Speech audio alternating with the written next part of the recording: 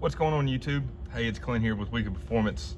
I beat the guys at the shop today, so figured I'd add a little intro to a video that we got going on. Guys, you're about to see a 2015 Dodge Challenger, 9,100 miles on this build. We were tasked with installing a Stage 2 HRT camshaft from Comp Cams. Its intake duration 222 degrees and exhaust duration is 230 degrees. These cams are what we like to use in these 6.4 scat packs. They really create a lot of torque down low, or they don't have any losses of torque down low, but they let that Hemi motor scream out to 68, 7,000 RPM. And this thing was a monster once we got done with it, and he's planning on coming back here at the end of June and going ahead and getting a little nitrous as well. And so we did the Stage 2 cam, set of Flowtech headers and mid pipes. The customer already had a JLT intake installed, got new head gaskets. We went with the Hellcat lifters. Basically touched that motor top to bottom. We pulled it out, pulled it from the bottom, got it right out of the cradle, and did all of our work on an engine stand. That's how we like to work on the Mopars. It's just super simple to do it that way. It may take an extra couple hours of work, but by the time it's all said and done, you can make sure everything's clean. Your head bolt torque is just accurate as can be, because you can turn the motor up on a 90-degree angle where you can torque everything on a flat surface. And so it really helps out and ensures that we can give the best quality for the customer. But I do want to touch on a couple things today before we get really into the action there. Guys, I'm not sure if you know, but we are an AMSOIL dealer. We like to run AMSOIL in every build that comes off the lot here.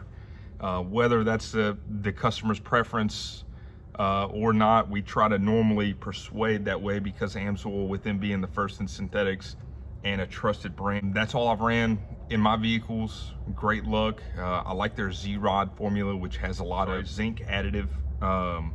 They actually have zinc in it instead of ZDDP. And so we break them in all the time on this oil. No issues here. This is the SAE 30 weight. It's safe to run. We like to run it for about 100 miles, especially if it's got fresh piston rings, all fresh bottom end bearings. And we'll swap to our normal synthetic that we're going to be running, which in a lot of the cases would be the hot rod formula or the Z-Rod formula from AMSOIL. That's what we like to run on anything that's got a big camshaft. It's going to be turning a lot of RPM, building a lot of heat in the oil system. And so it's just a thought, man. If you know, if you're looking for a good oil, if you holler at us, we can pretty much get you close to where you would be normally paying for a synthetic oil change. We like to pair the Mobil 1 oil filters with the AMSOIL product, just because they're so easy to get local. You can go to almost any part store and it's right there. So AMSOIL does make their own synthetic media oil filters, in which we have used in the past and we will use in the future. They're just so far and few between to determine when a customer wants to get an oil change. You know, we may have a 3-day shipping period. It may put us out. So we normally grab the Mobil 1 extended performance filters. That synthetic filtration media is really good and almost comparable to the AMSOIL filters.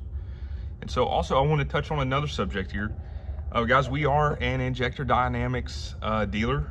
We actually just got set up with them about a month ago. We went ahead and got a couple sets of injectors to keep in stock here, and we do have their new ID 1350X, and those things are massive.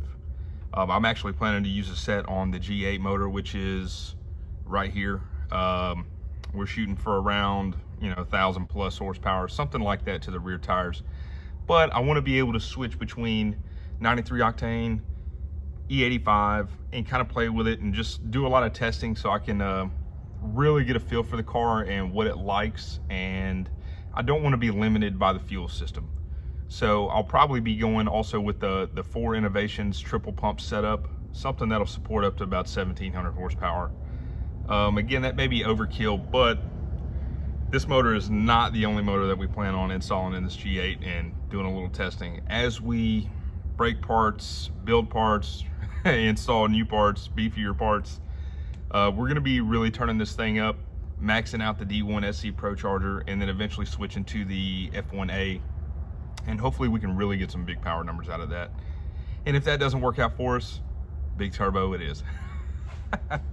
But it's gonna be very fun on that build. The motor's ready to go. That's another update for you. We're really, really excited about that. It's something that's gonna hopefully put us in the low 9s, high 8s, which is gonna be moving for a 4-door car. So this is just a little stock bottom end 6-liter that's got all the goodies you can throw at it except for forged internals. We want to really take the Gen 4 platform as far as we can go. Of course, the rings have been gapped, so don't worry about it. It's probably going to be smoking like a freight train at idle, because we plan on putting as much boost as the actual block will handle. So we'll see how that goes. But also, just keep in mind, we're a Gwatney Performance and Innovations dealer as well. GPI, they're based out of Arkansas. We've really started using those guys over there for our cams and our LT motors, the new Gen 5 LT motors. Man, they perform wicked. I don't have any other way to describe it other than wicked. It's every one we install, the customer has been blown away. And we like to undersize on our stage 1, stage 2, you know. We're not a shop that's gonna be putting you the biggest cam you could fit in your motor just because you want the chop or the top end power. We're looking at, okay, you're gonna be driving this thing every day. Let's bump down just a touch on the high end horsepower and let's get you a lot more torque that you would love to drive on the street. So we try to package that setup, the GPI cams, with any other little motor upgrades, under drive pulleys, things like that, that's just gonna free up that additional horsepower. And along with the tuning, you know, we want to make sure this customer is not gonna get wore out driving their vehicle by having a cam that's just super soggy down low, lack of torque on the bottom end. And you really have to rev that thing out, and it's just not fun. I mean, I've done it, I've overcammed my personal vehicles before. It's fun for maybe 3 to 6 months. After that, you're wore out. You're like, look, I just want something that's gonna be fun to drive, that's gonna shift a little smoother. Like you don't necessarily have to have a stage 4 just to be driving to work every day. Stage 2, maybe even a stage 1 if we're looking at a true daily driver option. Highly recommend them. And also, we're a dealer, so if you need any parts from GPI, LS Acceleration, if you need any oil from AMSOIL, any injectors from Injector Dynamics, and soon to be adding more on that dealer list, just holler at us, Wicked Performance LLC on Facebook, or you could always leave a comment on the YouTube video and we'll get in touch with you. So on to today's video though. I want to do a little talking as this thing is playing. So if you guys just hang on, you'll start to see the video and I'm about to disappear.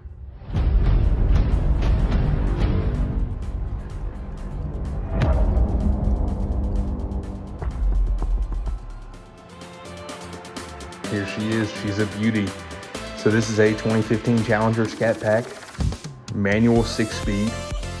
Customer already had the drag pack fitted when we received the vehicle. This thing looks fantastic. Like we said, it's about 9,100 miles on the build. Beautiful car. So we started tearing right into it.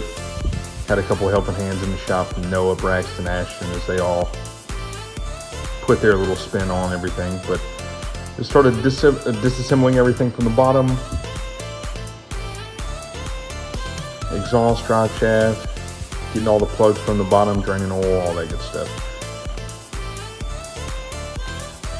As I said before, we pull these from the bottom, so we have the motor, trans, everything sitting in the cradle.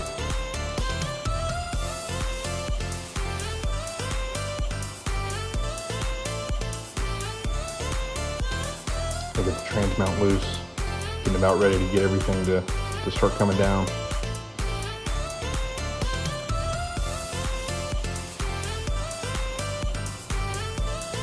Motor is out of the car. We got the cradle, everything sitting on the ground.